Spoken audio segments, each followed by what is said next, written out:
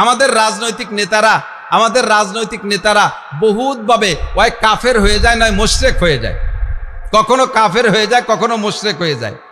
তাদের ভাষাও যেমন, তাদের আকীদাও তেমন, অন্তরে যা মুখেও তাই বলে। বিভিন্নভাবে আমরাও তাদের সাথে একমত হয়ে যাই, মুশরিক হয়ে যায়, কাফের হয়ে যায়। রাজনৈতিক নেতারা বলে ক্ষমতার উৎস জনগণ, বলে কি বলে না ক্ষমতার উৎস জনগণ।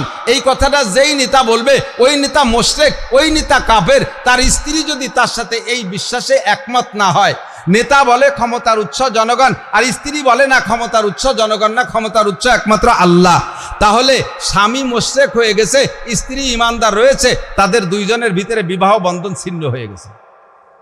মুখে তালাক দেওয়া লাগবে না, স্ত্রী অনায়াসে তালাক হয়ে গেছে, স্বামী তার জন্য হারাম হয়ে গেছে। যদি তওবা করে কলেমা না পড়ে তাহলে ওকে জানাজা পড়া যাবে না, মারা গেলে ওর জানাজা পড়া যাবে না, ওরে মুসলমানের কবরস্থানে দাফন করা যাবে না, ওই স্ত্রীর সাথে তাকে রাত যাপন করতে দেওয়া হবে না। যদি নিয়মতান্ত্রিকভাবে করে তাহলে ওই স্ত্রীর পেটে যদি পুনরায় সন্তান জন্ম নেয় তাহলে সেই সন্তান হবে জারজ সন্তান, হারামজাদা, ওইগুলো হবে জারির বাচ্চা। খুব সাবধান।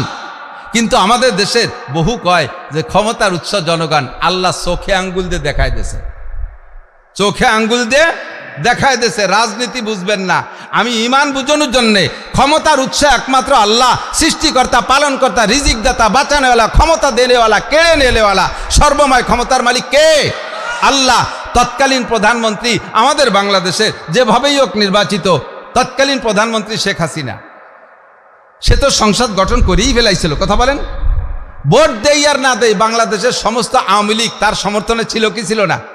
সমস্ত আওয়ামী লীগ তার সমর্থনে, ছাত্রলীগ তার দলে, যুবলীগ তার দলে, কৃষক লীগ তার দলে, তাঁতি লীগ তার দলে, পাতি লীগ তার দলে, যত লীগ আছে সব তার দলে। সেনাবাহিনী ছিল তার হুকুমে উঠতো, আর্মি তার হুকুমে, কি বলা হয়, নৌবাহিনী তার হুকুমে, বিমান বাহিনী তার হুকুমে, পুলিশ চর্চে তার হুকুমে, আনসার তার হুকুমে, তারপরে র্যাব কুবরা সব তার হুকুমে, সব কিছু তার হুকুমে, রাষ্ট্র ক্ষমতা তার হাতে। অথচ নিরস্ত্র সাধারণ পাবলিকের ধাক্কায় বাংলাদেশে থাকতে পারে নাই, তাকে অন্য জায়গায় চলে যাওয়া লাগছে। এত মানুষ পক্ষে থাকা সত্ত্বেও, এত জনগণ সাথে থাকা সত্ত্বেও থাকতে পারে নাই। এটাই আল্লাহ তাআলা চোখে আঙ্গুল দিয়ে প্রমাণ করে দিয়েছে। হে রাজনৈতিক নেতারা, মানুষ কখনো ক্ষমতার উৎস হতে পারে না, জনগণ ক্ষমতার উৎস হতে পারে না। যেমন ক্ষমতার উৎস একমাত্র কে? এই কথার পর ঈমান আনেন, এই কথার পর ঈমান আনেন। আল্লাহ কয় সবাই ক্ষতির মধ্যে, যারা ওই ক্ষতির থেকে উঠে আসতে চায় তাদের এক নম্বরে ঈমানটাকে ঠিক করতে হবে। কথা বলুন, ঠিক ঠিক না? তাদেরকে বিদায় দেওয়ার পরে আবার আরেক দল মাঠে নামছে এমনভাবে, আল্লাহু আকবার, নির্বাচনের আগেই তারাই যেন ক্ষমতায়, বিনা নির্বাচনে তারাই যেন ক্ষমতায়, এ জায়গা দখল করে, ও জায়গা দখল করে, এ দোকান দখল করে, হাট তাদের, ঘাট তাদের, মাঠ তাদের, এ জায়গা থাকে, ও জায়গা থাকে, খাস জায়গা থাকে, এই বলে দেশটারে জ্বালাই খাইতেছে। তারাও মনে রাখবেন, আমি কোনো দলের কথা বলছি না, একটা কথা বোঝানোর জন্যে, তারাও দেখেন কত বড় দল হাতে থাকা সত্ত্বে টিকতে পারে নাই। নিশ্চয়ই আপনারা অত বড় দল নাই, আপনারা কেউ সংসদে যাইতে গেলে আরো কয়েক দলকে সাথে নিয়ে ছাড়া যাইতে পারবেন না, সাথে নিয়ে ছাড়া যাইতে পারবেন না। তারা এত বড় দল হওয়া সত্ত্বেও, এত লোক ক্ষমতা তাদের সাথে থাকা সত্ত্বেও তারা যেহেতু টিকতে পারে নাই, যদি সীমা লঙ্ঘন করেন, যে দলই সীমা লঙ্ঘন করবেন তাদের চাইতে বেশি অপমান করে আল্লাহ তাআলা এই জমিন থেকে তাদেরকে তাড়িয়ে দিতে পারে। ফাতাবিরু ইয়া উলিল আবসার, বুদ্ধি থাকলে, জ্ঞান থাকলে ওদের থেকে শিক্ষা গ্রহণ করো, ওদের থেকে শিক্ষা গ্রহণ করো। আর সাইদু মা উইজা বিগাইরিহি, বুদ্ধিমান জ্ঞানী ভালো মানুষ সে, যা আরেকজনকে দেখে উপদেশ গ্রহণ করে। কাজী একটু সভ্যতা, ভদ্রতা, মানুষকে চরিত্র দিয়ে কেনার চেষ্টা করেন। ক্ষমতা দিয়ে কিনতে গেলে পারবেন না, ক্ষমতা দিয়ে কিনতে গেলে পারবেন না, চরিত্র দিয়ে কেনার চেষ্টা করেন। কথা বলুন, ঠিক না? আকীদা তৈরি করেন। ক্ষমতার মালিক কে? রুজির মালিক কে? খাওয়ানেওয়ালা কে? কুলিল্লাহুম্মা মালিকাল মুলকি তুতিল মুলকা মান তাশা। আমি ঈমান বোঝানোর জন্য বলতেছি, যদি বলে আল্লাহই সব, তারপরেও ডক্টর ইউনূস না আসলে কি অত দেশের মুশরিক হয়ে গেছেন। কি হয়ে গেছেন? মুশরিক হয়ে গেছেন। আল্লাহই সব করে, যাকে দরকার তাকে দেয়, যাকে দরকার তাকে দেয়। তবে মনে রাখবেন, আমি আপনি যত নষ্ট হব, আমার জন্য আল্লাহ তাআলা কোন নষ্ট নেতার ব্যবস্থা করবে। আমি আপনি যত নষ্ট হব আমার জন্য নষ্ট নেতার ব্যবস্থা করবে, আমি আপনি ভালো হব তা আমার জন্য আল্লাহ ভালো নেতার ব্যবস্থা করবে। মোল্লারা যে কোনো গাছতলা বসে বসে একটা আইন পাশ করে ফেলায়, আর তাদের দেশের ভিতরে আল্লাহ আসমানি রহমত দিয়ে দিয়েছে, জমিনের ভিতরে রহমত, আসমান থেকে রহমত, খনিজ সম্পদ বের করে দিয়েছে। ফসল উৎপাদন এমন বাড়ছে, যেই গাছের ডালিম আগেও যে গাছ ছিল এখনো সেই গাছে আছে। আগে 4টে ডালিমে 1 কেজি হইতো, এখন সেই গাছের 1 ডালিমে 1 কেজি হয়। কোনো পরিবর্তন নাই, শুধুমাত্র আল্লাহ তাআলা বরকতের পরিবর্তন। গাছও সেই জায়গা, মাঠও সেই জায়গা, কিছু পাল্টাই নেই। জাফরানের গাছগুলো একেবারে শুকনো খড়ের মতো হয়ে গেছিল, সেইগুলোকে আল্লাহ তাআলা তরুতাজা করে দিয়েছে। গর্তের ভিতরে ছোট ছোট খালকু আছে, ওদের আমাদের দেশে রাস্তার পাশে খালকু আছে না, এই খালকুর ভিতরে ছোট ছোট চেলা মাছ ছিল। কোত্থেকে আসলো, কে ছাড়লো, কোনো মানুষে ছাড়ে নাই। ওই খালকুর ভিতরে এখন এক একটা রুই মাছ, কাতলা মাছ 1 মণ 1.5 মণ ওজনের। কোত্থেকে আসছে আল্লাহই বলেন। আল্লাহ পাক রব্বুল আলামিন বলেন, ওয়ালাউ আন্না আহলাল কুরা আমানু, হে দুনিয়ার মানুষ, যদি ক্ষতির হাত থেকে বাঁচতে চাও তাহলে 1 নম্বরে ইমানদার হও। যদি ইমানদার হও তোমরা, ওয়াত্তাকুর, আল্লাহকে ভয় করো। আল্লাহ কালা ফাতাহনা আলাইহিম বারাকাতিম মিনাস সামাই ওয়াল আরদ, আসমান থেকে রহমত। একটু আমার সাথে বলেন, আসমান থেকে রহমত, জমিন থেকে বরকত। বলেন, আসমান থেকে রহমত, জমিন থেকে বরকত। সমস্ত দরজাগুলো খুলে দেব, তোমাদের মোনাজাত করা লাগবে না, কান্নাকাটি করা লাগবে না, কাবাঘরের গিলাফ ধরে কান্না করা লাগবে না, শবে বরাত শবে কদরে কান্নাকাটি করা লাগবে না, মৌলবীদেরকে মিলাদ পড়ানো লাগবে না। তুমি যদি আল্লাহকে ভয় করো আর বিশ্বাস করো, তাহলে আমি আল্লাহ নিজের উপরে দায়িত্ব নিয়ে নিলাম, তোমার জন্য আসমান আর জমিন থেকে সমস্ত রহমত আর বরকতের দরজা খুলে দেব। শর্ত হলো ইল্লাল্লাযীনা আমানু, ইমানের সাথে আর কাহারও শরীক হবে সব কিছুর মালিককে আল্লাহ। ওয়া আমিলুস সালিহাত, এই জায়গায় দুটি কথা বলি, হুজুরকে আসতে বলবো, দোয়া করে দেবো। ওয়া আমিলুস সালিহাত, ক্ষতির হাত থেকে বাঁচতে হলে 4টে গুণ। কয়টা গুণ? 1 নম্বরে ইমান। ইমান ছাড়া কোনো কাজ, ভালো করে মনে রাখবেন, ইমান ছাড়া কোনো কাজ হবে না। আপনি সারা জীবন এদিক আমাদিক সারা জীবন বইরে বহুত নেকের কাজ করছেন, কিন্তু আপনার ইমান ঠিক নাই, ইমান ঠিক নাই। আপনার এই নেকিতে আখেরাতে 1 পয়সারও কাজে আসবে না। নেকির কাজ করব আবার ইমান ঠিক নাই, তা কি করে সম্ভব? এটাও বহুত হয়, এ বহুত আছে, উদাহরণ বলতে গেলে অনেক সময় লেগে যাবে। আপনার আমলকে কাজে লাগানোর জন্য 1 নম্বর শর্ত কি? ইমান। একটা এদিক খেয়াল করেন, একটা বস্তার ভিতরে ধান রাখবেন বা গম রাখবেন, বড় বস্তা, 10 পয়সা বস্তা, এই বস্তার ভিতরে মুখ দিয়ে ধান ঢালছেন, গম ঢালছেন, বস্তার তলিতি যদি সিলাই না থাকে, বস্তার তলিতি সিলাই নাই, তাহলে বস্তার উপরে ধরে টান দিয়ে উঠলি কি ধানেরটাও থাকবে? তল দিয়ে বের হয়ে যাবে না? আপনার আমল রাখার যে বস্তা, ওই বস্তার তলায় সিলাই দিতে হবে। সিলাইটা কি? লা ইলাহা ইল্লাল্লাহ মুহাম্মাদুর রাসূলুল্লাহ। এইটি দিয়ে আমলের বস্তার তলায় সিলাই দিয়ে এরপরে নামাজ রাখবেন, রোজা রাখবেন, হজ রাখবেন, জাকাত রাখবেন, ফরজ রাখবেন, ওয়াজিব রাখবেন, জিকির রাখবেন, তিলাওয়াত রাখবেন, দান রাখবেন, খয়রাত রাখবেন, যা কিছু রাখবেন সব থাকবে। যদি তলিতে সিলাই না থাকে, খ্রিস্টানরা ভালো কাজ কম করে না, বহুত কোটি কোটি টাকা দান করে কি করে না? দেখেন আমাদের রোহিঙ্গাদের জন্য খ্রিস্টানরা কোটি কোটি টাকা পাঠাচ্ছে। এই দেশের যত এনজিও, তার মূল অর্থ আসে খ্রিস্টানদের থেকে, ইহুদিদের থেকে। লক্ষ লক্ষ মানুষকে উপকার করতেছে। খোদার কসম, একজন খ্রিস্টান, বর্তমান জামানার একজন খ্রিস্টান আখিরাতে 1 সেকেন্ডের জন্য জান্নাতে যাবে না, যত ভালো কাজ করুক। বহুত হিন্দু, বুদ্ধ, খ্রিস্টানরা মসজিদ বানায় দিচ্ছে, এর বিনিময়ে সে 1 সেকেন্ডও জান্নাতে যাবে না, কারণ তার ইমানের বস্তার, আমলের বস্তার তলিতে ইমানের সিলাই নাই। তো ইমানের সিলাইটা আগে দিয়ে এরপরে আমলে চলে, সহজে কিছু আমলে চলে মানে নেক আমল। 1 নম্বর আমল চলে খামসু সালাওয়াত, 5 ওয়াক্ত নামাজ। একটু মুখে বলেন, কয় ওয়াক্ত নামাজ? কয় ওয়াক্ত পড়বেন? তো কবে থেকে? শুক্রবারেতে শুরু করা যাবে? আগামী শুক্রবারেতে নামাজ 5 ওয়াক্ত শুরু করা যাবে? তো শুক্রবারেতে শুরু করবে। যদি আজ রাত্রি মরি যান, ফজরের থেকে ইনশাআল্লাহ, ফজরের থেকেই নামাজ। কথা বলেন, নামাজ কয় ওয়াক্ত? এদানিং আসছে, বারবার মস্ক করাচ্ছি কেন শুনবেন? বর্তমানে ফিরকার তো অভাব নাই, বাতিল ফিরকার অভাব নাই, বহুত ফিরকা। একদল আছে আহলে হাদিস, আছে না? মসজিদে যাইয়ে জোরে মুখ বুকির পর সানা বানবে, বারবার কানে হাত দেবে, জোরে একটু আমিন কবে, ইমামের পিছনে সূরা ফাতিহা পড়বে, এর নাম আহলে হাদিস। আপনারা যারা, আমরা যারা নামাজ পড়তেছি হানাফি মাযহাবের, আমাদের নামাজ হয়ই না তাদের নজরে, এ বলা একদল আছে না? আছে। একটু এ জায়গায় একটা কথা বলে যাই, আমি এক আহলে হাদিসে ধরলাম, সে আমার সাথে আমাদের হানাফি মাযহাবের ইমামের পিছনে নামাজ পড়ছে। এ আগে হানাফি ছিল, আমাদের মতোই নামাজ পড়তো। কি দিয়ে কি রে, জাকির নায়কের বই পড়িয়ে আর আহলে হাদিসের ইউটিউবের ওয়াজ শুনিয়ে সে আহলে হাদিস হয়ে গেছে। এরপরে আমাদের নামাজ সে হয় না বলে ঘোষণা দিয়ে এবার সে আহলে হাদিস নামাজ পড়ে। এখন নামাজ পড়ছে আবার আমাদের ইমামের পিছনে। একটু বুঝেন খেয়াল করেন, নামাজ পড়ছে আমাদের ইমামের পিছনে। ওরে ধরলাম, বললাম যে তুই এই নামাজ পাল্টালি কে? কয় যে আপনাদের নামাজ হয় না, আপনারা যে নামাজ পড়েন এই নামাজ হয় না। আমিও যতদিন পড়ছি আগে তা হয় নাই, এই জন্য ওই নামাজ ছাড়িয়ে দিয়ে আমি এই নামাজ ধরছি। তাই আমি বললাম যে আমাদের নামাজ হয় না কি এখনো হয় না? বলে হ্যাঁ এখনো হয় না। তো যে ইমাম সাহেব নামাজ পড়ালো উনি তো হানাফি মাযহাবের, তো তুই তার পিছনে নামাজ পড়ি আসলি। তো যার নামাজ ওই নেই তার পিছনে তুই পড়লি, তো তোর নামাজ হলো কি রে? কতক্ষণ এই তোর আগের নামাজ ভুল ছিল, তুই সঠিক নামাজ শিখলি, সেই সঠিক নামাজ শিখে আবার পড়লি কার পিছনে? যে ভুল পড়তেছে তার পিছনে। তা তুই তো এই পরিবর্তনের কি অর্থ হলো? একদল বেরোইছে না এরকম, রমজান মাসে তারাবির নামাজ 8 রাকাত পড়া হওয়ার পরে ইমামের পিছনে পড়ে 8 রাকাত পড়ে বেরোয় যায় দূর করে। দেখছেন না একদল 20 রাকাত পড়বে না। যেই মক্কা মদিনার থেকে তারাবির নামাজ সারা পৃথিবীতে ছড়াইছে, ওই মক্কা মদিনায় তুমি যেয়ে দেখো, মক্কা মদিনায় যেয়ে দেখো সবচেয়ে বড় 2 মসজিদ, কাবার মসজিদ এবং মসজিদে নববীতে 20 রাকাত তারাবি হয়। সে জায়গা 20 রাকাত তারাবি হয়, সে জায়গার পাশে অন্য অন্য মসজিদে 8 রাকাত হয়। তা আসল 2 মসজিদে 20 রাকাত হয়, সেইতে তুমি 8 রাকাত নিয়ে চলে আসলি, আর 12 রাকাত কোন তুই আসলি?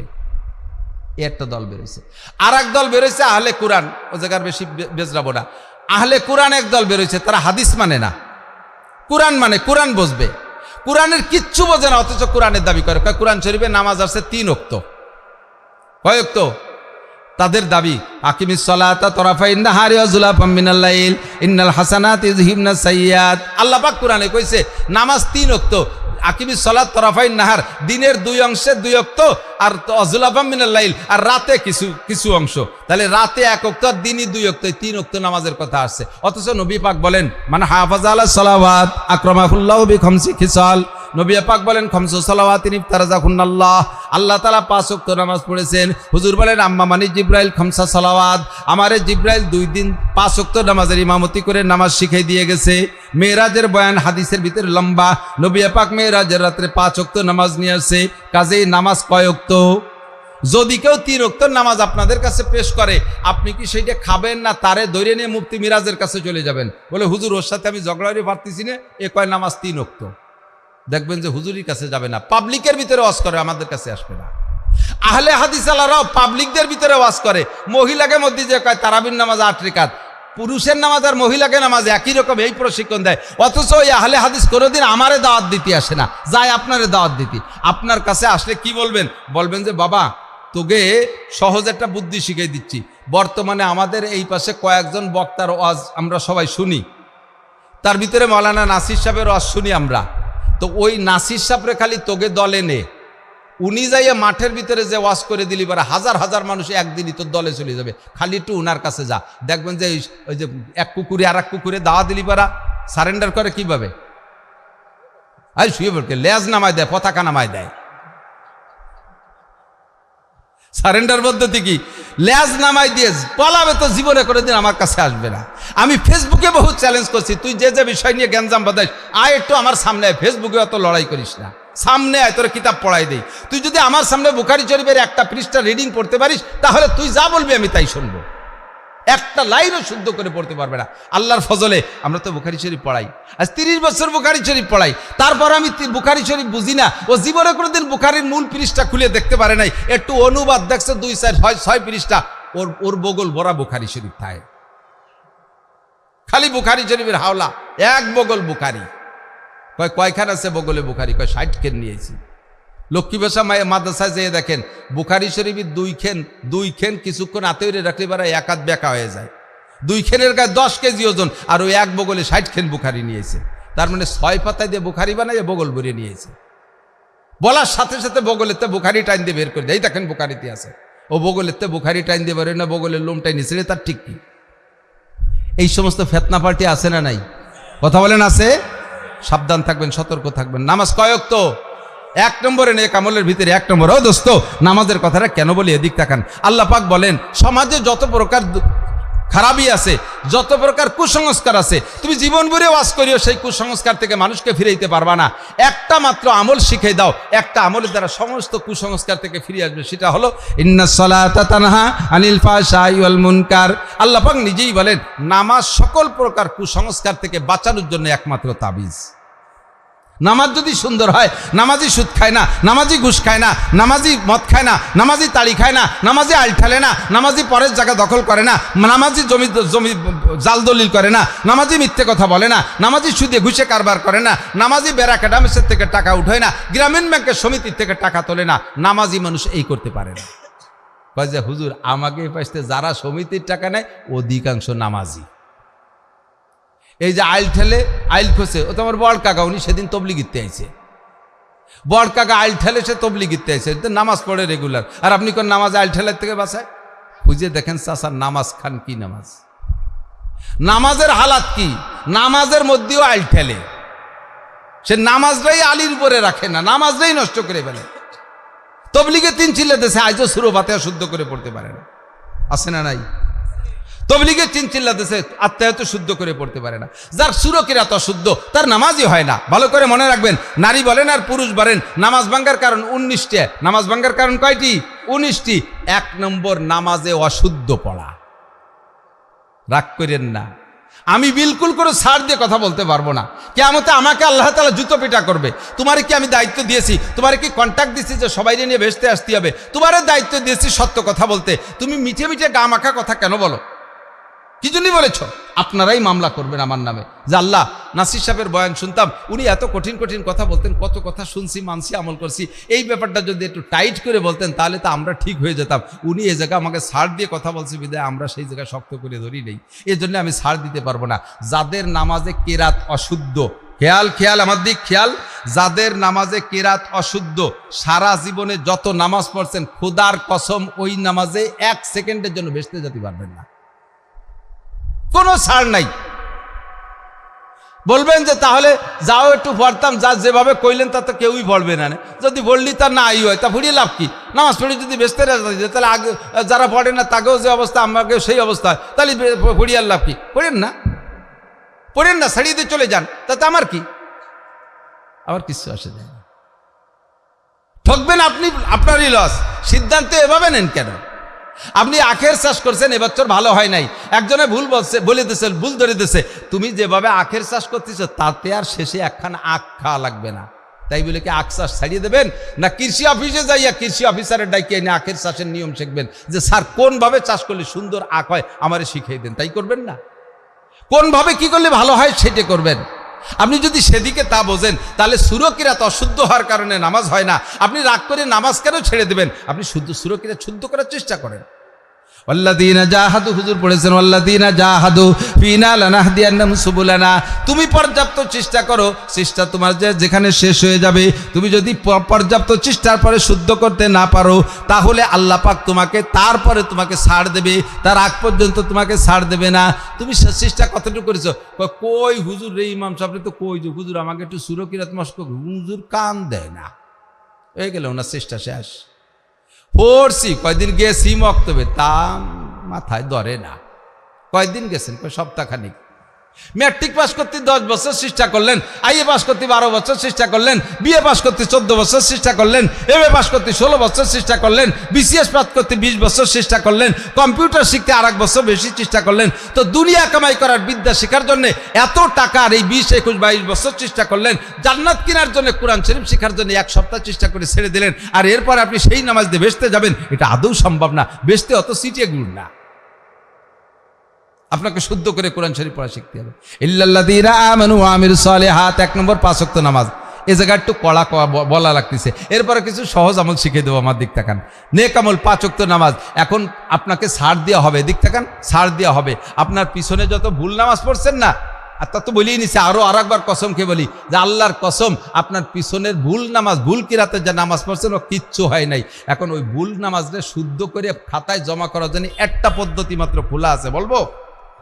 একটা মাত্র সিস্টেম, একটা অফার আছে, সেটা হলো আজকেই পাক্কা প্রতিজ্ঞা করবেন, এই জায়গায় বসে পাক্কা প্রতিজ্ঞা করবেন যে আমি আগামীকাল সকালবেলা সিপারা কিনে কায়দা কিনে মসজিদের হুজুরের সাথে যোগাযোগ করে আমি মরার আগে কোরআন শরীফ পড়া শিখবই। এই প্রতিজ্ঞা এই জায়গায় বসে করেন, আর সকালবেলা এখন কায়দা কিনে ইমামের সাথে যোগাযোগ করেন। একদিন, 2 দিন, 3 দিন চেষ্টা করার ভিতর দিয়ে যদি আপনি মরেও যান, 1-2 দিন পড়ার পরে যদি আপনি মারা যান, তারপরেও আল্লাহ পাক ধরে নেবে যে আমার বান্দা শুদ্ধ করার জন্য চেষ্টা করতে নেমেছিল, কিন্তু তারে আমি সময় দেই নেই। এই চেষ্টার বদৌলতে পিছনের সমস্ত ভুল নামাজকে আল্লাহ শুদ্ধ করে আমলনামায় উঠাই দেবে। একটা পথ খোলা আছে, বিকল্প আর কোনো পথ আমার নাই। সাথে আর একটা কথা বলবো, যারা শুদ্ধ নামাজ পড়তেছেন শুদ্ধ কিরাত দিয়ে, মাঝে মাঝে একটু নফল নামাজ পড়েন না, পড়বেন, নফল নামাজ পড়বেন, যত পারেন নফল নামাজ পড়বেন। তবে 15 বছর বয়সে সাবালেগ হয়েছেন, 40 বছর বয়সের থেকে নামাজ শুরু করছেন, 25 বছর নামাজ পড়েন নাই। কয় বছর? 25 বছর। নারী আর পুরুষ সকলে খেয়াল করবেন, 25 বছর নামাজ পড়েন নাই। এই 25 বছরে 25 বছরে কত ওয়াক্ত নামাজ কাজা করছেন জানেন? ডেলি 6 ওয়াক্ত, বেতের সহ 6 ওয়াক্ত। তাহলে বেতের সহ 6 ওয়াক্ত হিসেব করলে বছরে 2000 ওয়াক্ত নামাজ কাজা করছেন। তাহলে 25 বছরে 50,000 ওয়াক্ত নামাজ কাজা করছেন। 25 বছরে 50,000 ওয়াক্ত নামাজ পড়েন নাই। এক ওয়াক্ত নামাজের জন্য 200 কোটি, আরো 30 কোটি, আরো 40 লক্ষ বছর। আরে এক ওয়াক্ত নামাজের জন্য 200 কোটি, আরো 30 কোটি, আরো 40 লক্ষ বছর জাহান্নাম। তাহলে এবার এই 230 কোটি 40 লক্ষরে 50,000 দিয়ে গুণ দেন, কত কোটি বছর আসবে? এত কোটি বছর আপনাকে জাহান্নামে পুরতেই হবে। এটা আস্তাগফিরুল্লাহ ক্ষমা হয় না, এটা তওবা করলে মাফ হয় না। আস্তাগফিরুল্লাহ নামাজ মাফ হয় না, তওবা করলে নামাজ মাফ হয় না, তওবা করলে রোজা মাফ হয় না, তওবা করলে যাকাত মাফ হয় না, তওবা করলে হজ মাফ হয় না, তওবা করলে জিনার গুনাহ মাফ হয়, তওবা করলে মিথ্যে কথার গুনাহ মাফ হয়, তওবা করলে বিড়ি গাঁজা খাওয়া গুনাহ মাফ হয়, তওবা করলে জিনা করা গুনাহ মাফ হয়, তওবা করলে সুদ ঘুষ খাওয়া গুনাহ মাফ হইতে পারে। কিন্তু দোস্ত, এই যে ফরজ ইবাদতগুলো আপনি ছেড়ে দিয়েছেন, এটা আস্তাগফিরুল্লাহ ক্ষমা হবে না, আপনাকে পরিশোধ করতেই হবে। কথা কি বুঝতে পারছেন আপনারা? কাজেই একটু উদাহরণ দিলে আর একটু ভালো বুঝবেন। এদিক তাকান, খেয়াল করতেছেন না মনে হয়?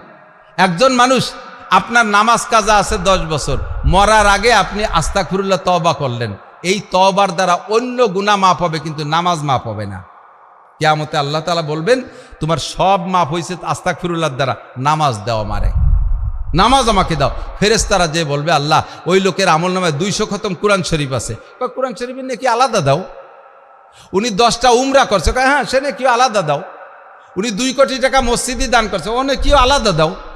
উনি তবলিগের 10টা সিল্লে দিছে, ও নাকিও আলাদা দাও।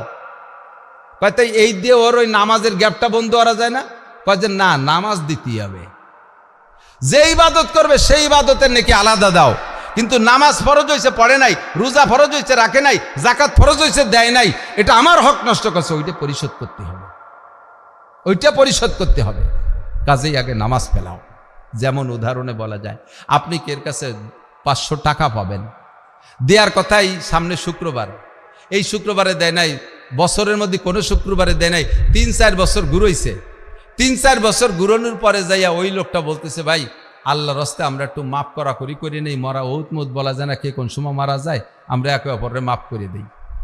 যদি আপনি আল্লাহর রাস্তায় মাফ করে দেন তো ফাবিহা, যদি মাফ না করে দেন তাহলে ওই 500 টাকার দানের জন্য কিয়ামতের ময়দানে প্রত্যেক 2 পয়সার বিনিময়ে 700 রাকাত নামাজ দেয়া লাগবে। যারা মানুষের হক মারিয়ে খাইছেন, যে কোনোভাবে মানুষের হক নষ্ট করছেন, এগুলো পরিশোধ করেন। প্রত্যেক 2 পয়সার বিনিময়ে 700 রাকাত নামাজ দেওয়া লাগবে। আমার এক ব্যক্তি সম্পর্কে জানা আছে, নাম কব না, সেই এলাকার মানুষ হজের মধ্যে আইছে, সেই এলাকার মানুষের কথা নাম কব না। ওই লোক এক ডাক্তারের কাছ থেকে 300 টাকার ওষুধ খাইছে। তো 300 টাকার ওষুধ খাইয়া আজ দেয় কাল দেয় করে এইভাবে 3 বছর ধরে দেয়নি। 3 বছর পরে যাইয়া ওই লোক, ওই রুগী তবলিগের 3 চিল্লাই চলে গেছে। তবলিগে যাইয়া শুনছে যে এরকম মানুষের হক নষ্ট করলে কিয়ামতে আল্লাহ মাফ করবেন, এটা পরিশোধ করতে হবে অথবা ক্ষমা চেয়ে নিতে হবে। তো ডাক্তারও মনে রাখছে যে উনি তো 300 টাকা আমারে দেবে, তা দেয় না, পাবো তার কাছে 300। ওই লোক 3 চিল্লাইতে ঘুরিয়ে আইসে ডাক্তারের কাছে যাইয়া আগে নিজে টুক ডালি দিছে, ডাক্তার সাহেব ওতমত কোয়া যায় না, কে কোন সময় মরে, আপনিও বুড়ো হয়ে গেছেন, আমিও বুড়ো হয়ে গেছে, জীবনে একসাথে চলাফেরার ভিতরে দিয়ে কত ভুলচুক হয়েছে, তা আপনি আমারে যা যা ক্ষতি করছেন সব আমি মাফ করে দিলাম। উনি আগে মাফ করে দিচ্ছে যাতে ডাক্তার ওনারে মাফ করে দেয়। আর কবে কি কি দেখি লেনদেন ছোট টুকিটাকি হতে পারে, আমি আপনার কাছে যা পাবো যদি লাখ টাকাও পাই তাও আমি মাফ করে দিলাম। উনি আগে মাফ করে দিয়েছে। এবার ডাক্তারের কাছে বলছে আপনিও যদি আমার কাছে কিছু পেয়ে এটাই থাকেন আল্লাহর রাস্তায় মাফ করে দিন। ডাক্তার কয় সব মাফ করে দিলাম, সে ওষুধের 300 টাকা পেলাও। সব মাফ করে দিলাম, ওষুধের 300 টাকা ফেলাও আগে, তবলিগি কাজ হবে না। তা মাফ সালাম কি কয়, মাফ সালি তা মাফ করলাম আলো, 3 বছর আগে দেওয়ার কথা ছিল, ওই 3 বছর দিস নেই, এতে যে ঘুরাইছিস না, এই মাফ সাথে সে গুল্লির গুনাহ মাফ করে দিস, কিন্তু টাকা ফেলা। আল্লাহ কয় 15 বছর বয়সে সাবালে গেছিস, ওই সময় নামাজ ফরজ হয়েছিল, পড়িস নেই, আমারে 25 বছর ঘুরাইছিস, আমারে 10 বছর ঘুরাইছিস, মাফ চাবি তওবা করলে এই গুল্লির গুনাহ মাফ করে দিলাম, কিন্তু নামাজ ফেলা, নামাজ শোধ করতে হবে। উমরি কাজা আদায় করবেন, নফল নামাজের অত দরকার নাই। খুদার কসম কিয়ামতের মাঠে কেউ রে আল্লাহ তাআলা তাহাজ্জুদ জিজ্ঞেস করবে না, তুমি তাহাজ্জুদ পড়ো নাই কেন, ইশরাক পড়ো নাই কেন, আবিন পড়ো নাই কেন, চাষ পড়ো নাই কেন, এইগুলো কেন পড়ো নাই, নফল রোজা কেন রাখো নাই, কোনো নফল ইবাদত জিজ্ঞেস করা হবে না, ফরজ ইবাদত জিজ্ঞেস করা হবে। কাজেই নামাজটা পরিশোধ করেন। আপনি নফল নামাজ না পড়েন, প্রত্যেক ওয়াক্ত মসজিদে যে যাদের জীবনে পিছনের সময় নামাজ কাজা আছে, প্রত্যেক ওয়াক্ত এত টাইম আগে নিয়ে যাবেন যে সুন্নত যদি আগের সুন্নত যদি থাকে, যেমন ফজরের সুন্নত আছে আগে, জোহরে আগে সুন্নত আছে, অন্য ওয়াক্ততে আগে সুন্নত নাই, একটু আগে যাবেন। সুন্নত আদায় করার পরে ফরজ নামাজ জামাতে দাঁড়ানোর আগে একাক ওয়াক্ত নামাজ পরিশোধ করতে থাকেন। ফজরে যাবেন, ফজরের নামাজের আগে, সুন্নতের পরে হোক বা আগে হোক, নিয়ত করবেন আমার জীবনের প্রথম ফজরের ফরজ কাজা নামাজ পড়তেছি, শুধু ফরজ নামাজ, আল্লাহু আকবার, 2 রাকাত নামাজ পড়ে দিলেন। তাহলে এক ওয়াক্ত নামাজ 230 কোটি 40 লক্ষ বছরের থেকে বেঁচে গেলেন। জোহরে যাইয়া আবার 4 রাকাত নামাজ অতিরিক্ত পড়ে দেবেন, ফরজ নামাজ। আসরে যাইয়া 4 রাকাত অতিরিক্ত উমরি কাজা। আল্লাহ আমার জীবনের প্রথম আসরের নামাজ, তারপরের আসর, তারপরের মাগরিব, তারপরের ঈশা, বেতের নামাজের কাজা করতে হবে, বেতের নামাজের কাজা পড়তে হবে, সুন্নতের কাজা নাই, তারপরের বেতের, তারপরের ফজর, তারপরের জোহর, এইভাবে তারপর করতে করতে প্রত্যেক ওয়াক্তে একাক ওয়াক্ত নামাজ কাজা পরিশোধ করে দেন। যেদিন আপনার মনের থেকে তৃপ্তি হবে যে হ্যাঁ আজকে মনে হয় পরিশোধ হয়ে গেছে, মাঝে মাঝে একটু 2-4 ওয়াক্ত বেশিও পড়ে দেবেন। যেদিন মনে হবে যে আজকে পড়া হয়ে গেছে, হয়তো সেই দিন আল্লাহ তাআলা আপনার সমস্ত এই পিছনের কাজা নামাজকে পরিশোধ বলে গণ্য করে নেবেন। কাজেই আমার জিন্দেগির সবচেয়ে বড় নেক আমল হলো 5 ওয়াক্ত নামাজ পড়বো তো ইনশাআল্লাহ। আর একটা লাভের কথা একটু বলে দিই, খেয়াল করেন। নামাজ যদি একা পড়েন আপনার সুরকিরাত তো গলত, সেটা তো রয়েই গেল। যদি জামাতে পড়েন, একা একা পড়লে তো সুর গলতের কারণে হবে না। যদি বাঁচতে চাই, আমরা হানাফি মাযহাবের মাসালার পর আমল করি, ইমামের পিছনে নামাজ পড়লে মুসল্লিদের সূরা ফাতিহাও পড়া লাগে না, কোনো কিরাতও পড়া লাগে না। যেই কিরাত ভুলের কারণে নামাজ বাতিল হয়ে যায়, জামাতে নামাজ পড়লে সেই কিরাতের ভুলের বিপদ থেকে বেঁচে গেলাম, ইমামের কিরাতে আমার নামাজ হয়ে যাচ্ছে। কাজেই এখন থেকে নামাজ পড়বো জামাতে। পুরুষরা কোথায় নামাজ পড়বো? জামাতে পড়বো। লাভ কি? এক তো নামাজটা শুদ্ধ হলো, 2 নম্বরে 1 ওয়াক্ত নামাজের জন্য আপনাকে 527 ওয়াক্ত নামাজের সওয়াব বেশি দেওয়া হবে। যদি আল্লাহ ইচ্ছা করেন যে 1 ওয়াক্তের বিনিময়ে 527 ওয়াক্ত নামাজের সওয়াব বেশি দিয়েছে, এই 527 ওয়াক্ত নামাজের সওয়াব দিয়ে আপনার পিছনের যে কাজা হয়ে গেছে ওই কাজার গ্যাপগুলো বন্ধ করে দেবে। এটা আল্লাহ ইচ্ছা করলে দিতে পারে। কাজেই আমি এখন থেকে নামাজ পড়বো কোন জায়গায়? জামাতে নামাজ। মহিলারা জামাতে নামাজ পড়বে না, মহিলারা ফরজ নামাজও জামাতে পড়বে না, তারাবির নামাজও জামাতে পড়বে না, সালাতুত তাসবিহ জামাতে পড়বে না, মহিলাদের কোনো নামাজ জামাতে পড়া নাই। এলাকায় আরেকটা কুপ্রথা জারি হয়েছে, রমজান মাসে একজন ইমাম নিয়ে, একটা তালবে আলিম ইমাম নিয়ে এলাকার মহিলারা একবারই যে তারাবির নামাজ জামাতে পড়ে। বিভিন্ন মসজিদেও মহিলাকে জন্য আলাদা ব্যবস্থা করেছে। আর একটা কুসংস্কার, আর একটা কুপ্রথা চালু করেছে, আর একটা খারাপ পদ্ধতি, এর ভিতরে ফিতনা আছে।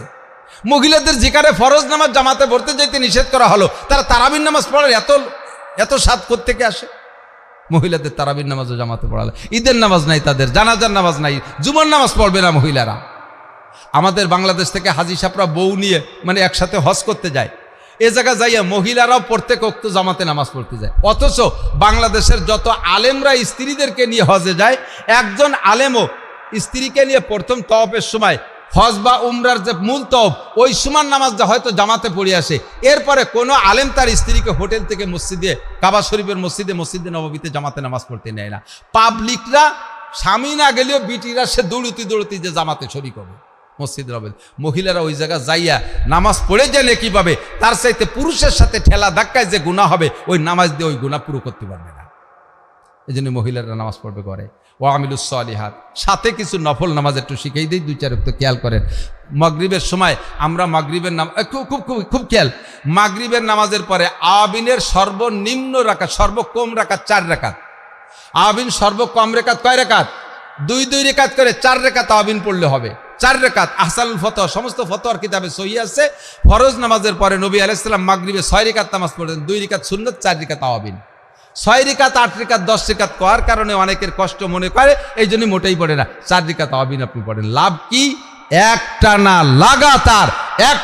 লাগাতার 12 বছর নফল নামাজ পড়লে যেই নাকি আল্লাহ তাআলা 4 রাকাত আবিনের ওসিলায় সেই নাকি দান করে। এই জন্য এই যে ফরজ নামাজ পড়ে সুন্নত পড়িয়ে আমরা একেবারে গোটগাট করে দৌড়ে চলে যাই কোন জায়গা? চার দোকানে। 90%, 97%, 98%, 99% যারা একটা আটটি পারে সব যে বসবে 4 দোকানে আড্ডা করবে। মাত্র 4 রাকাত নামাজ পড়তে 4 মিনিট লাগান। সবচেয়ে ছোট শুরু ইন্না তাইনা কুল হুদিয়ে পড়িয়ে 4 রাকাত নামাজ পড়েন, 12 বছর নামাজের নেকি পাবেন নফল নামাজে। এরপরে ফজরের নামাজ পড়িয়ে লাভ দিয়ে উঠে যাবেন না। ফজরের নামাজ পড়ে অনেকের আছে আবার ডায়াবেটিস দাবলাতি হয়। এই ডায়াবেটিস দাবলানো আটাটা একটু পরে হাঁটেন। যায় নামাজে ফরজ নামাজ পড়ে ওই জায়গায় যদি ইশরাক পর্যন্ত বসে থাকেন, ইশরাক পর্যন্ত, ইশরাক বলে সূর্য উদয়ের 22 মিনিট পরে, সূর্য উদয়ের প্রত্যেকে ক্যালেন্ডার দেখে নামাজ কালাম পড়বেন। বিশেষ করে মহিলারা ফজরের নামাজ পড়ে, মহিলারা ক্যালেন্ডারের দ্বার ধারে না। পুরুষরা মসজিদে আজান শুনে মসজিদে যায়, ইমাম সাহেবের টাইম ঠিক করা আছে, সে টাইম মতো নামাজ পড়ায়। কিন্তু মহিলারা বাড়ি নামাজ পড়ে। মহিলাদের ফজরের নামাজের রক্ত কোন সময় কন্দি জানা আছে? একটু কন্দি না নাকি বুঝতেছেন না, খেয়াল হতেছেন না? মহিলাদের ফজরের নামাজের সময় কখন? যখন ঘুম থেকে উঠবে তখন। তাইতি বেলা উঠতিছে না ডুবতিছে ও দেহাদেহি নেই। ও ক্যালেন্ডারও বোঝে না, ঘড়ি গুড়ারও দাঁত ধরে না।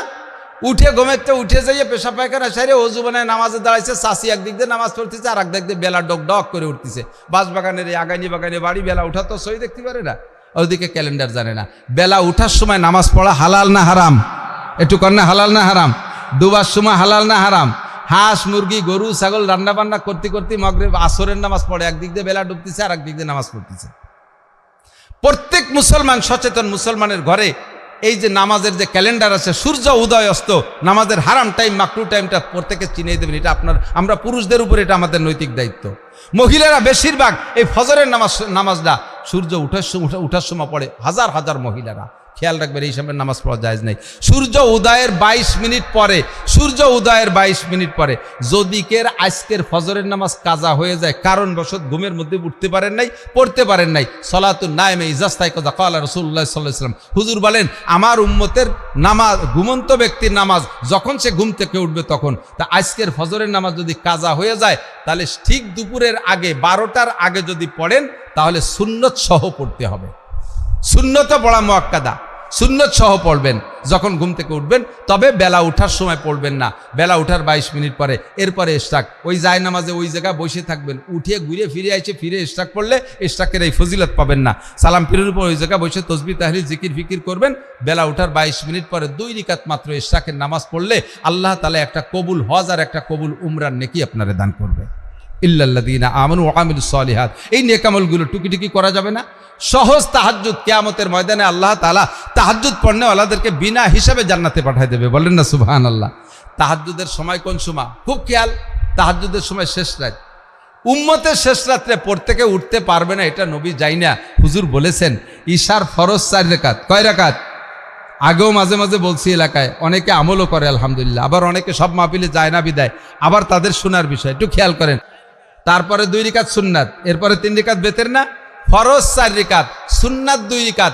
এই 6 রাকাতের পরে বেতেরের আগে পারলে 12 রাকাত, না পারলে 10 রাকাত, না হয় 8 রাকাত, না পারেন 6 রাকাত, না পারেন 4 রাকাত, কমপক্ষে 2 রাকাত নামাজ তাহাজ্জুদের নিয়তে পড়া, এরপরে বেতের পড়ে আপনি শুয়ে থাকবেন, নিয়ত রাখবেন শেষ রাত্রে উঠতে পারলে আবারও তাহাজ্জুদ পড়বো, উঠতে পারলে আবারও পড়বেন, দোষ নাই। বেতের নামাজের পরেও তাহাজ্জুদের নামাজ পড়ার অনুমতি আছে। যদি আপনি কোনোদিনও আর উঠতে না পারেন শেষ রাত্রে, আর রেগুলার এই ঈশার ফরজ আর সুন্নতের পরে বেতের আগে 2 রাকাত তাহাজ্জুদের নিয়তে পড়েন, এইভাবে জীবন ভরে পড়ছেন, আল্লাহর কসম কিয়ামতের ময়দানে শেষ রাত্রে রেগুলার তাহাজ্জুদ পড়নেওয়ালারাও যেভাবে জান্নাতে যাবে, তাহাজ্জুদের ফজিলত নিয়ে আপনিও সেভাবে যেতে পারবেন।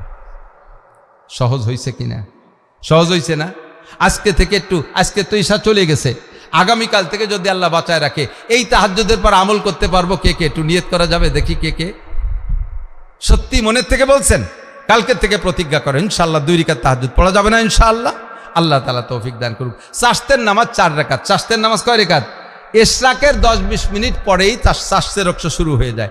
ইশরাক নামাজের 10-20 মিনিট পরের থেকেই চাষতের নামাজ পড়লে পড়া শুরু হয়। তবে চাষতের মূল টাইম হলো 9টা-10টা, 8টা 9টা 10টা এই টাইম। তো ওই টাইমে আমরা কর্মব্যস্ততায় থাকি, বাস দরকার নাই আপনি ইশরাকের নামাজ পড়ে আর একটু পরে 2 রাকাত বা 4 রাকাত চাষতের নামাজ পড়েন, এরও একটা বিশাল ফজিলাত আছে।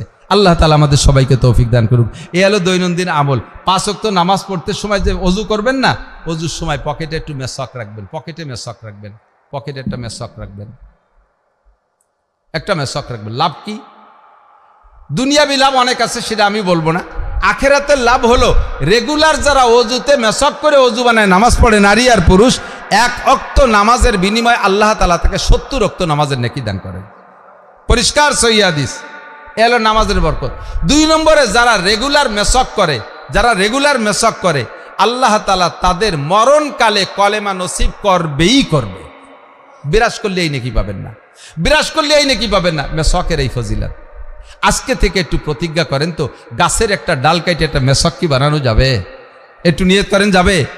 যদি কোনো বিরাসের দাম হয় 1 কোটি টাকা আর পেস্টের দাম হয় 1 লাখ টাকা, এই 1 কোটি টাকা দামের বিরাস দিয়ে 1 লাখ টাকা দামের পেস্ট দিয়ে 100 বছর বিরাস করলেও আপনার মেসওয়াকের নেকি পাবেন না। এটা গাছের ডালই লাগবে, গাছের ডাল দিয়ে আপনাকে মেসওয়াক করতে হবে। এই আমলটা করা যাবে ইনশাআল্লাহ। মান আমিলা সালিহান ফালিনাফসিহি ওয়া মান আসাআ ফালাইহা। নেক আমল যে করবেন তার লাভ, গুনাহ যে করবেন তার গুনার বোঝা তারই কাঁধে চড়বে। আল্লাহর নবী বলেন, আল কাইয়িসু মান দারা নাফসাহু ওয়া আমিলা লিমা বাদাল মাউত ওয়াল আজিজু মান আতবা নাফসাহু হাওয়াহা ওয়া তামান্না আলাল্লাহ। চালাক আর জ্ঞানী, হুঁশিয়ার আর বুদ্ধিমান ওই ব্যক্তি, মান দারা নাফসাহু, যে নিজেকে নিজে দিনদার বানায়, নিজে আমলের জন্য প্রস্তুতি নেয়, ওয়া আমিলা লিমা বাদাল মাউত, পরকালের জন্য আমল করে প্রস্তুতি নেয়, ওই লোকটা অরিজিনাল চালাক। ওয়ালা আজিজু মান আতবা নাফসাহু হাওয়াহা, আর কমবক্ত পোড়া কপালে হতভাগ্য দুর্ভাগ্য বদনসিব ওই ব্যক্তি, মান আতবা নাফসাহু হাওয়াহা, মনে যা চাই তাই করে, ওয়া তামান্না আলাল্লাহ, আর মাঝে মাঝে একটু মিলাদ দিয়ে বেহেশতের আশা করে বসে থাকে। 2 কেজি জিলাপি কিনে মসজিদে মিলাদ দিয়ে বেহেশতে কিনে ফেলাইছে। সবে বরাতে মসজিদে 2 প্যাকেট বিস্কুট দিয়ে, হুজুর আমার আর আমার আব্বার একটু বেহেশতে পাঠাই দিয়েন। বেচতে কি তোমার মাম বাড়ি যে কোনো ফাইসতে ঢুয়ে গেলে? 2 কেজি মিষ্টি নিয়ে শ্বশুর বাড়ি চলে গেলে আর বেচতে চলে গেলে? বেচতে জাতি পরিশ্রম করা লাগবে, নেকামল করা লাগবে। এই নেকামলগুলো করা যাবে তো? ওয়াতাওয়াসাউ বিল হক। যুবকরা আমার দিক তাকান, ওয়াতাওয়াসাউ বিল হক। হক যতক্ষণ পর্যন্ত আমি চিনবো এটা হক, আমি অতক্ষণ পর্যন্ত হকের পিছে লড়বো। রাজি আছেন না ইনশাআল্লাহ? ওয়াতাওয়াসাউ বিস সাবর। আর নিয়ম আছে, হক আল হক্কু মুররুন, হক কথাটা একটু তিক্ত হয়, হক কথা একটু কষ্ট লাগে। আপনি যখন হক কাজ করবেন আর হক কথা বলবেন, দেখবেন বিরোধী একটা দল দাঁড়ায় গেছে, আপনার পর নির্যাতন করবে, এই সব আপনি ধৈর্য ধারণ করবেন। ওয়াতাওয়াসাউ বিস সাবর, বিপদে আপদে সর্ব অবস্থায় ধৈর্য ধারণ করব। আল্লাহ তাআলা আমাদের তৌফিক দান করে। সবাই বলেন আমিন, সবাই বলেন আমিন। আসন্ন সপ্তাহখানিক আগে আমাদের গোপালগঞ্জের ডিসি সাহেব, আপনাদের যশোরেরই সন্তান, কামরুজ্জামান সাহেব, এত বড় দাড়িওয়ালা, একটা দাড়িও পাকে নাই, যুবক মানুষ, আমাদের চাইতে মিনিমাম 10 বছরের বয়স কম হবে। উনি আমাদের গোপালগঞ্জের 10 জন হুজুরে দাওয়াত দিয়েছে, বাসা ওনার নজরে বাসা যারা, তাদের 10 জনের দাওয়াত দিয়েছে। আমি একটু বাক পাইছি সেই দাওয়াতে। এসপি সাহেব, ডিসি সাহেবের বাসায় দাওয়াত, দায়রা জজ সাহেবের বাড়ি সাতক্ষীরা, এসপি সাহেবের বাড়ি ঝিনাইদহ, আর চিফ জুডিশিয়াল ম্যাজিস্ট্রেট ওনার বাড়িও ঝিনাইদহ, আর ডিসি সাহেবের বাড়ি যশোর। এই 4 জন আপনাদের যশোরে। এই ডিসি সাহেবের বাসায় দাওয়াত দিয়েছে। 3-3.5 ঘন্টা আমাদের হুজুরদেরকে নিয়ে গল্প। উনি কি করছে, অনেক মসজিদ করছে এবং অনেক মসজিদের প্ল্যান গোপালগঞ্জে এই কয়দিনে এসে, 1 বছরের ভিতরে কতগুলো মাদ্রাসা আছে সবগুলোর হিসাব আছে। মাঝে মাঝে উনি দূরে দূরে নিজের গাড়িতে যাইয়া ওই মকসেদপুর মহারাজপুর মাদ্রাসায় গিয়ে ফজরের নামাজ পড়ছে। আমার সুলতান সেই মাদ্রাসায় আছে 10 কিলোমিটার এসে ফজরের নামাজ পড়ছে। মকসেদপুর 40 কিলোমিটার যাইয়ে ফজরের নামাজ পড়ছে। গহরডাঙ্গা মাদ্রাসায় যে ফজরের নামাজ, ভবানীপুর মাদ্রাসায় যে, কুটালিপাড়া যে ফজরের নামাজ পড়ছে, কাশি নিয়েছে বাটিপাড়ার মোড়ে এসে ফজরের নামাজ পড়ছে এক মাদ্রাসা। যে লোকটা এত দূর যাইয়ে ফজরের নামাজ পড়ে, ওই লোকটা নিশ্চয়ই তাহাজ্জুদ পড়িয়ে বেরোইছে। কেউরে বলে না, আগের থেকে কেউরে বলে না, দূরে গাড়ি রেখে ভিতরে যে নামাজ পড়িয়ে এরপরে সকলের সাথে সালাম কালাম করে, তাও বলে না আমি ডিসি। এরপরে যখন গাড়িতে ওঠে পতাকা দেখে অনেকে বোঝে যে ডিসি ছাড়াইছিল। আমাদের 10 জনের দাওয়াত দিয়েছে, রাতের বেলা অনেক গল্প স্বল্প এবং গোপালগঞ্জে কিভাবে ধর্মীয় কাজের অগ্রগতি করা যায় এই প্ল্যান প্রোগ্রাম করিয়ে রাতের খানার ব্যবস্থা করছে। ডিসি সাহেবের বাসায় আল্লাহু আকবার ডাইনিং টেবিলে খাওয়াই নেই। এসপি সাহেব, জজ সাহেব, চিফ জুডিশিয়াল ম্যাজিস্ট্রেট, 4 জন গোপালগঞ্জের শ্রেষ্ঠ অফিসার। তো এই 4 জন, এই 4 জনই শ্রেষ্ঠ অফিসার। এই 4 জন আর আমরা 10 জন হুজুর আমাদের দস্তারখান বিছিয়ে খানা দিছে। এই দস্তারখান কৃত্রিম দস্তারখান না যে পলিথিন কিনে টানায় দিছে আর এরপর ভাত খাও। প্রত্যেকের জন্য আলাদা আলাদা দস্তারখান। স্যার বললেন আমার এই অফিসে, আমার বাসায় রেগুলার দস্তারখানে খানা হয় এবং যত বড় অফিসার আসুক না কেন আমি তাকে দস্তারখানে খানা খাওয়াই, তবলিগে 3 চিল্লে দেওয়ার সাথে। কোনো মাদ্রাসাওয়ালারা যাইয়ে তার কাছ থেকে খালিয়াতে ফিরে আসে না, কোনো মসজিদওয়ালারা যায় তার কাছ থেকে খালিয়াতে ফিরে আসে না। সরকারি মাল যতটা দেওয়া সম্ভব, যতদূর সম্ভব সহযোগিতা করে। এরকম যদি হয় 64 জন ডিসি, বাংলাদেশের 64টা জেলার ডিসি যদি এরকম হয়, তাহলে আমার বিশ্বাস এলাকার মানুষ আরো বেশি নামাজি হতে বাধ্য হবে, মানুষ দুর্নীতি থেকে বাঁচতে বাধ্য হবে। ঠিক কি ঠিক না? সহজ হবে। এই জন্য দোয়া করি এভাবে যদি আমাদের 300 এমপি যদি নামাজি হয়, 300 এমপি যদি আলেম হয়, 300 এমপি যদি তাহাজ্জুদ পড়নেওয়ালা হয়, 300 এমপি যদি তবলিগওয়ালা হয়, 300 এমপি যদি দাড়ি টুপিওয়ালা হয়, 300 এমপি যদি মুহাদ্দিস হয়, 300 এমপি যদি তাদের থানার যদি কেন্দ্রীয় মসজিদে, মডেল মসজিদে ইমামতি করার যোগ্য হয়, তাহলে আমার বিশ্বাস এই দেশে কোনো দুর্নীতি থাকবে না, সুদ থাকবে না, ঘুষ থাকবে না, জিনা থাকবে না, বেপরদা থাকবে না, জুলুম অত্যাচার থাকবে না, অন্যায় অবিচার থাকবে না। আসমান থেকে রহমত নাজিল হতে বাধ্য হবে। ঠিক কিনা? সুযোগ আসছে যেহেতু সিদ্ধান্তটা একটু দেখে শুনে নিয়েন, আর বলার কিছু নেই। এই মাদ্রাসাটা আমার সাইদ, আবু সাইদ, ও থাকে আবার গোপালগঞ্জ গোপীনাথপুর, ওখানে মসজিদে ইমামতি করে, পাশে মাদ্রাসায় পড়ায়, বাড়ি আবার মহিলা মাদ্রাসা করছে। মেয়েদের লেখাপড়া সুন্দর, ভালো লেখাপড়া। আমি খবর নিছি। আপনারা এই দেশের সন্তান যদি নেককার বানাইতে চান, খেয়াল করতেছেন সবাই, সন্তান যদি নেককার বানাইতে চান, তাহলে আমার মতো হাজারো মৌলবীদে মাঠে বসায় ওয়াজ করিয়ে সোজা করা সম্ভব না। এই যে দেন আপনাকে এলাকার চোখের সামনে মেহগুনি গাছে, গাছগুলো কি সুন্দর সোজা সোজা না? এ সোজা লাগাইছে, সোজা হয়ে গেছে সোজা। যদি কোনো গাছ লাগানোর সময় বেহা হয়ে লাগানো হয়, ওই অবস্থায় যদি 30 বছর পরে এইরকম মোটা হইয়ে বেহা হইয়ে মোটা হয়, তাহলে ওরে কি আমরা বরিয়ে গ্রামের, এই গ্রামের কোন গ্রাম নাম কি, নোয়াক গ্রামের সব গ্রামবাসী ঠেলিয়ে কি একটা 30 বছরের মেহগুনি গাছে সোজা হতে পারবো? তা যেমন সম্ভব না যে ছেলেটা ওইরকম বেপর্দা, ফাহেশ, বেনামাজি, গান পছন্দি, মোবাইল ভক্ত, মায়ের পেটে জন্ম নেয়, সে বাচ্চাটা এরকম বেহা হইয়ে জন্ম নেয়, ওরে 30 বছর পরে আইসিয়া আমার মতো হাজারো মৌলবী বাইটে খালি ওর সোজা হওয়া সম্ভব না। কাজেই লাগবে হলো মাটা হইতে হবে সুন্দর, লাগানোর সময় চারাটা সোজা করে লাগাতে হবে, আর জমিনটাও ভালো হতে হবে। নুনা জমিনে চাষ দিয়ে লাভ নাই, ভালো জমিন। তো নেককার মা হইলে নেককার সন্তানের আশা করা যায়, নেককার মা হইলে নেককার সন্তানের আশা করা যায়। আমার মা নেককার, আমি শতভাগ বিশ্বাসী। আমার মা সতী মা, আমি এ ব্যাপারে শতভাগ বিশ্বাসী। আল্লাহর রহমতে আমার মায়ের চোখের পানিতে আলহামদুলিল্লাহ আমরা 4 ভাই হাফেজ মৌলানা, আমার সন্তানরা সবাই হাফেজ হয়ে গেছে আলহামদুলিল্লাহ। আমার বিটা ভাইয়ের বিটারা সবাই হাফেজ হয়ে গেছে, আমার ভাগ্নি অনেক হাফেজ আলেম হয়ে গেছে। সবই আমি মনে করি আমার আব্বা মার বরকত। আমি আমার মায়ের কোলের ভিতরে থেকে সূরা ফাতিহা থেকে সূরা ওয়াত-তিন পর্যন্ত মুখস্থ করেছি। সে সময় আমি আরবি অক্ষরও লেখাপড়া জানি না। আমি আত্মায়াতু দোয়া, কোনো দোয়া মাসরা সব আমার মায়ের কোলের মধ্যে থেকে শিখছি, আর যেভাবে শিখছি সেভাবে এখনো শুদ্ধ করে পড়ি। আমার মায়ের কোরআন শরীফ পড়া শুদ্ধ, 100 বছর বয়স হয়ে গেছে, এখনো বেঁচে আছে। আমার বিশ্বাস নেককার মায়ের সন্তান, আমার মা নেককার বিদায় আমি আজকে এই পর্যায়ে আসতে পারছি। আপনি একটা নেককার মা তৈরি করেন। স্কুল, কলেজ, ইউনিভার্সিটিতে কোনো জায়গা নেককার মা তৈরি হয় না। ও জায়গায় নারীত্বের কোনো শিক্ষাই নাই, বরঞ্চ নারীদেরকে পুরুষত্বের শিক্ষা দেয়। সিগারেট খায় পুরুষই, কলেজের মাইয়েরাও সিগারেট খায়। খায় কি খায় না? বিশ্ববিদ্যালয়ের মাইয়েরা সিগারেট খায় কি খায় না? হাজারো খায়। ছেলেরা জিন্সের প্যান্ট পরে, মাইয়েরা জিন্সের প্যান্ট পরে। ছেলেরা বাবরি চুল রাখে, মেয়েরা বব কাটিং চুল রাখে। ছেলেরাও মেয়েরাও হাতে ছুরি লাগায়, ওরাও হাতে ছুরি লাগায়। ওরাও কানে কিছু নাই, পুরুষেরও কানে কিছু নাই। সেম ওরাও শার্ট পরে, এরাও শার্ট পরে, একইভাবে চলাফেরা। আল্লাহু আকবার। এই দায়ুস পয়দা হচ্ছে নানান জায়গায়। যদি আদর্শ মা আর আদর্শ সন্তান পাইতে চান, তাহলে একমাত্র কোরআনের শিক্ষা ছাড়া আদর্শ মা গড়ার আর কোনো কারখানা নাই। আল্লাহর রহমতে মৌলানা আবু সাইদ আপনাদেরই সন্তান সুন্দর একটা মাদ্রাসা করেছে। যে সকল মেয়েরা এখানে পড়ছে, দেখেন ছোট ছোট মেয়েরা, এতটুকু মেয়েরা বোরকা পরে যাতায়াত করে, দেখছেন না? বলেন তো কেমন লাগে? আপনার একটু মনের থেকে কোন তো কেমন লাগে? ভালো লাগে কি লাগে না? ছোট্ট মেয়েদের সবচেয়ে উত্তম পোশাক হলো বোরকা। বোরকা পরলে যত ভালো লাগে আর কোনো পোশাক পরলে অত ভালো লাগে না, ঠিক না? আদর্শ বোরকা শিখায়, কোরআন শুদ্ধ করে পড়া শিখায়। মেয়েদের নামাজ আগে হইতো না, এদানি মহিলা মাদ্রাসার ওসিলায় হাজারো মেয়েরা কোরআন শরীফ শুদ্ধ করে পড়া শিখতেছে। মহিলারা মুহাদ্দিস হয়ে যাচ্ছে, মহিলারা হাফেজা হয়ে যাচ্ছে এখানের ওসিলায়। কাজে এই প্রতিষ্ঠানটাকে জিন্দা করা একান্ত দরকার। আমাদের সকলের সহযোগিতা থাকতে হবে। আল্লাহ পাক বলেন, ওয়া তাআওয়ানু আলাল বিররি ওয়াত তাকওয়া ওয়া লা তাআওয়ানু আলাল ইসমি ওয়াল উদওয়ান। গুনার কাজে একে অপরকে সাহায্য সহযোগিতা করো না, নেকের কাজে একে অপরকে সাহায্য করো। দিন শিখার জন্য পুরুষরা যাবেন দাওয়াত ও তবলিগে, হক্কানি কোনো সহি পীর পাইলে তার কাছে যোগাযোগ রাখবেন, বায়াত রাখবেন। আর নিজের সন্তানকে তৈরি করার জন্য, মেয়ে সন্তানদেরকে গড়ার জন্য এই মহিলা মাদ্রাসা, এর সাথে আমরা সহযোগিতার হাত বাড়াবো। রাজি আছেন তো ইনশাআল্লাহ? মেয়েদের পরিবেশ বেশি সুন্দর লাগে। পুরুষরা গাছতলা বাসতলা যে কোনো জায়গায় বসে পড়তে পারে, মেয়েরা কি তা পারে নাকি?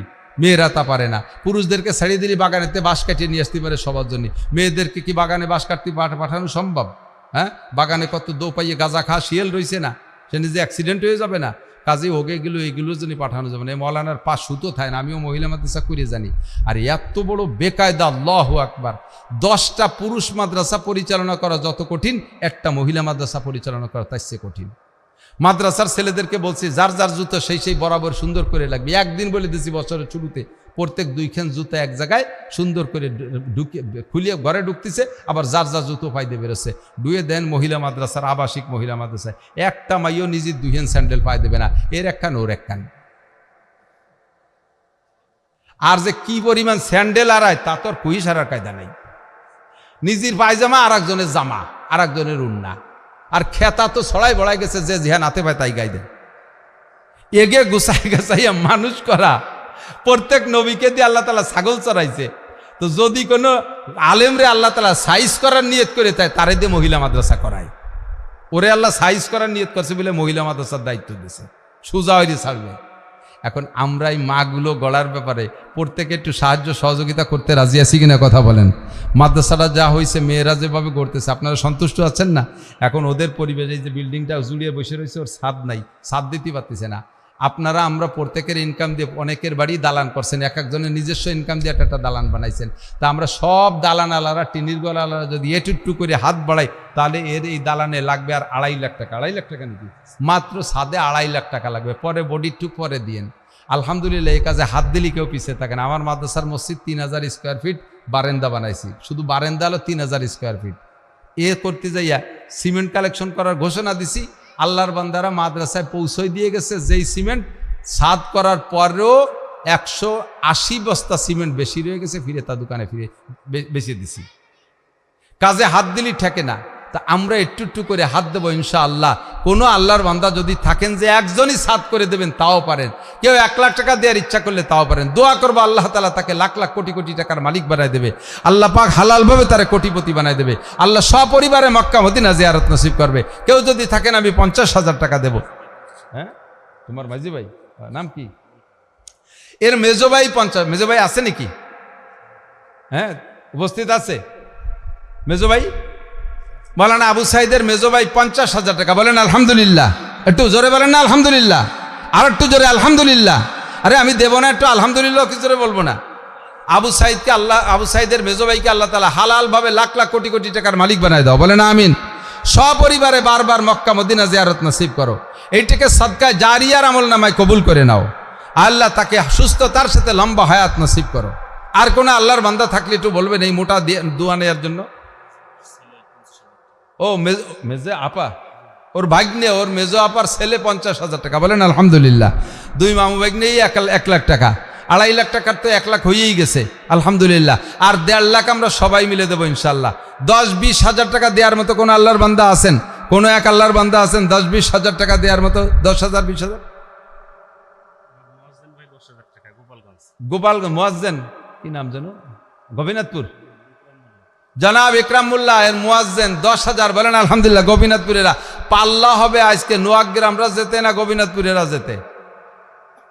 অবশ্য নোয়াগ্রামরা আগে 1 লাখ দিয়ে জিতে গেছে। হ্যাঁ, জুবাইর গোপীনাথপুর। হ্যাঁ, গোপীনাথপুর মিয়াপাড়া তো সুবান মিয়া আমার মামা। গোপীনাথপুর কি জানো? জুবাইর মিয়া 10,000 টাকা। বলেন আলহামদুলিল্লাহ। মুয়াজ্জিন সাহেব নাম কি? ইকরাম সাহেব, মুকরাম মোল্লা 10,000, 20,000, বলেন আলহামদুলিল্লাহ। আল্লাহ হালাল ভাবে লাখ লাখ কোটি কোটি টাকার মালিক বানায় দেয়। এই ভাগ্নে 50,000 নগদই দিয়ে দিয়েছে, মাশাআল্লাহ, বলেন আলহামদুলিল্লাহ। আল্লাহ নগদ নেকি দিয়ে আমল নামা ভরে দাও। এর মেজাদুল ভাই 5,000, জোরে বলেন আলহামদুলিল্লাহ। আসতেছে তো এই বাড়ির মধ্যেই বেশি আসছে, তার মুসল্লিদের মধ্যে। তার কে আছেন বলেন?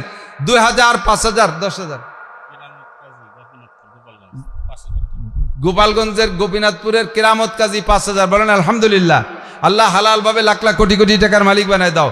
ইমাম কায়দা মতো ইমাম, দেখছেন মহল্লারে কিভাবে জাল খেয়ে বাদায় নিয়ে আইছে, সে গোপাইলে জালের মাছ এনে এসে ছাড়ি দিছে। মোহাব্বতের চাচাজান সাহেব আলী মিয়া 5,000, বলেন আলহামদুলিল্লাহ। সাহেব আলীকে আল্লাহ দুনিয়ায় সাহেব, আখেরাতেও সাহেব বানাই দিও, বলেন আমিন।